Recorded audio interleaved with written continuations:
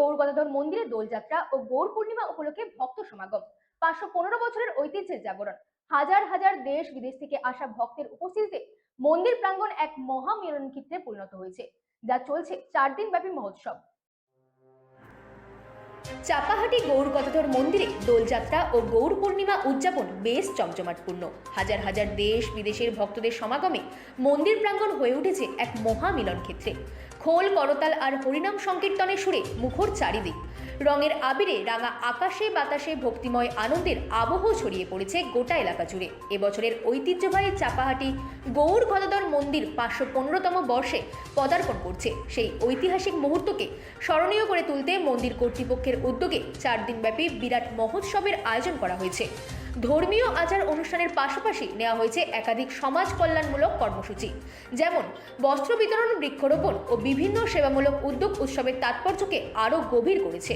মন্দির কমিটির পক্ষ থেকে নিতাই প্রভু জানান, বিদেশি ভক্তদের সক্রিয় অংশগ্রহণে এই অঞ্চল ধীরে ধীরে আন্তর্জাতিক আধ্যাত্মিক মিলন ক্ষেত্রের রূপ নিচ্ছে।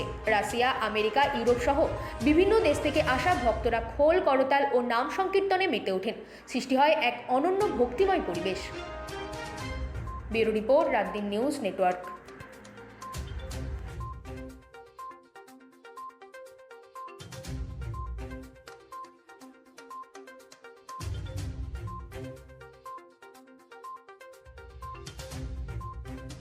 এত বড় অনুষ্ঠান হচ্ছে, এটা কি উপলক্ষে হচ্ছে?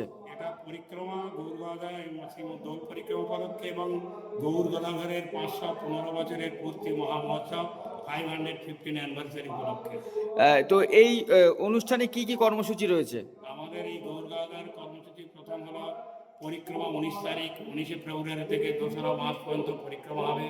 বিভিন্ন দেশের পরিক্রমা ভক্তগণ এক একদিন 2000, 4000, 5000 ভক্তগণ এসে পরিক্রমা করে এই ধামের মাহাত্ম্য কীর্তন করেন এবং এখানে প্রসাদ বিতরণ করা হয় এবং দুস্থ ব্যক্তিগণকে বস্ত্র। এই বছরে কর্মসূচি রেখেছি বিশেষ করে ব্রাহ্মণগণকে বস্ত্রদান, বৈষ্ণবগণকে, সন্ন্যাসীগণকে বস্ত্রদান, তার সঙ্গে ধামবাসী যারা দুস্থ গরিব তাদেরকে বস্ত্রদান করা, প্রসাদ বিতরণ করা। তো এই ভিডিওর মাধ্যমে আপনি সাধারণ ভক্তদের কি বার্তা দিতে চান?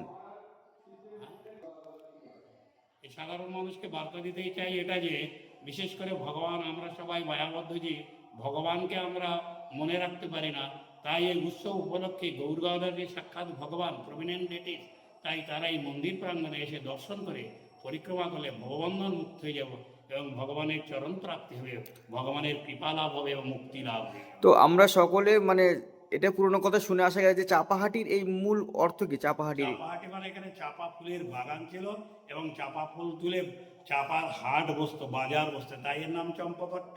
আরেকটা কারণ, কৃষ্ণের অষ্টসখীর মধ্যে একজন সখীর নাম হলো চম্পকলতা। তিনি রোজ এসে চাপা ফুল তুলে তিনি মালা গেঁথে ভগবানকে পরাতেন, তাই এর নাম হলো চম্পকট্ট বা চাপাহাটি। আচ্ছা, আপনার নাম? আমার নাম হলো শ্রী শ্রী নিত্যানন্দ ব্রহ্মচারী শ্রী শ্রী গৌর গদাধর মঠের সেবায়িত মহন্ত মহারাজ।